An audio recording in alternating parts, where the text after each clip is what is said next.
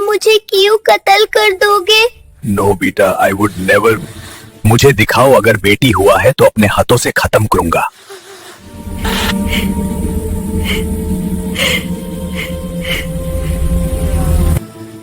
अल्लाह तेरे हवाले कर रहा हूँ। बहा दिया, वो मेरी मजबूरी है बेटी, वरना आज भी मेरा दिल तेरे साथ। माय डॉटर, माय जोया, ये मेरी बेटी है, मेरी जोया। या अल्लाह, अगर मैं इसे अपने पास रखती तो इसका कत्ल तय था।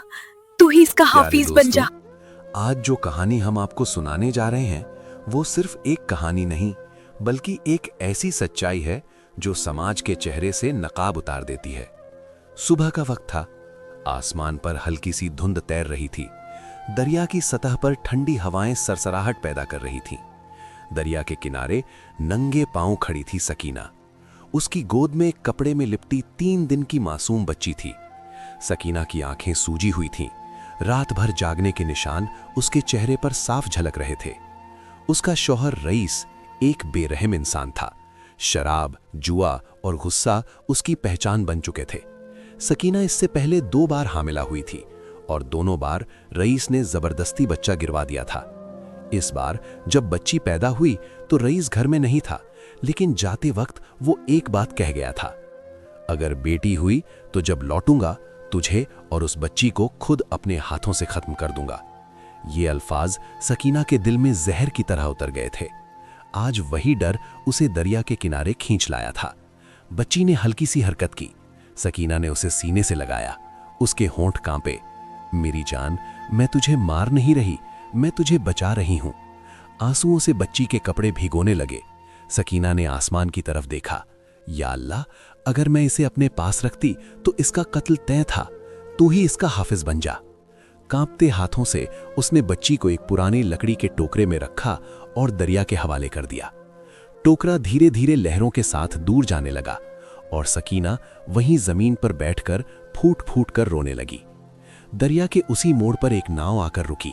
नाव में बैठे थे इमरान और उसकी बीवी नाजिया। औलाद को तरसते 8 साल गुजर चुके थे। अचानक नाजिया की नजर पानी में बहते टोकरे पर पड़ी। इमरान, वो देखो टोकरा। नाव पास ले जाई गई। टोकरा खोला गया।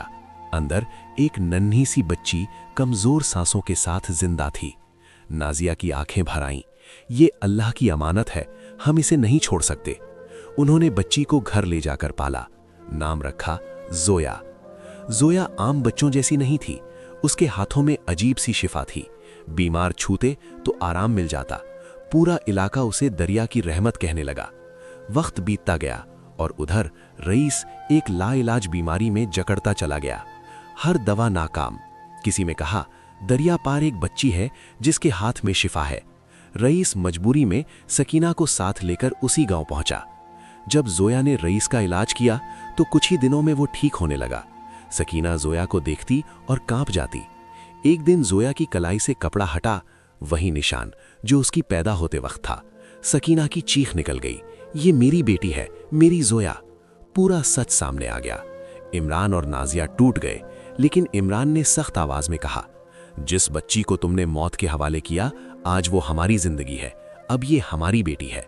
सकीना और रईस खामोश खड़े रहे। आंसू थे मगर कोई हक नहीं। वो समझ चुके थे हर गलती की माफी नहीं होती और हर माँ कहलाने की हकदार नहीं होती।